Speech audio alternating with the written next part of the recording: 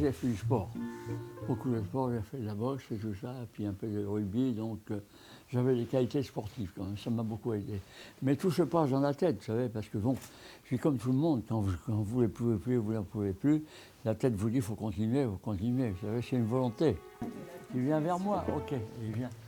Merci. Eh ben, c'est elle qui m'a dragué. Hein. C'est Je savais que ma femme était une grande blessée de guerre. C'est vrai? Ouais, elle a un éclat d'obus dans la tête. 16 jours dans le coma. Moi, je suis né dans une période qui venait de finir la Première Guerre mondiale.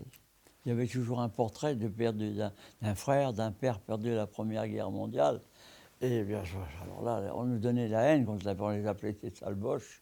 Vous sentiez que vous étiez bien entraîné? Ah oui, oui. Que vous étiez prêt à... Ça nous a beaucoup servi. Ça a beaucoup servi. Bien sûr. Premièrement, d'avoir suivi les ordres qui nous ont été donnés. Malheureusement, certains alliés n'ont pas eu les mêmes ordres ni d'entraînement que nous avions. Et ils l'ont payé cher. On avait des ordres très stricts. Sitôt que vous mettez le pied à terre, il faut courir vers le blocos.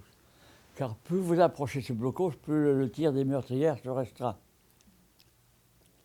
Ouais, alors on court devant, on ne s'occupe pas s'il y a un copain blessé à côté, c'est pas votre problème. Je me dis, c'est le service médical qui s'en occupera, vous ne l'occupez pas, ainsi de suite. Hein.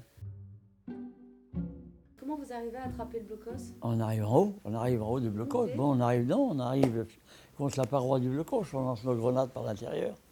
Alors? Et bien là, ils s'en vont, ils se rendent, et qui ne sont pas blessés se rendent. On a fait notre boulot, bien. Et on l'a fait compte tenu des ordres que nous avons reçus, Oui. le timing que nous avions à faire, et les plans que nous avions. À part le fossé anti-char qu'il y avait, là, on avait des plans qui étaient excellents. Moi, je ne me considère pas comme un héros. Je considère, moi, vous savez, tous les gens qui se battent pour la France, hein, et sont des héros comme nous, il n'y a pas de problème. Nous avons un privilège, c'est d'avoir été débarqués le 6 juin 1944. Ça, c'est un privilège.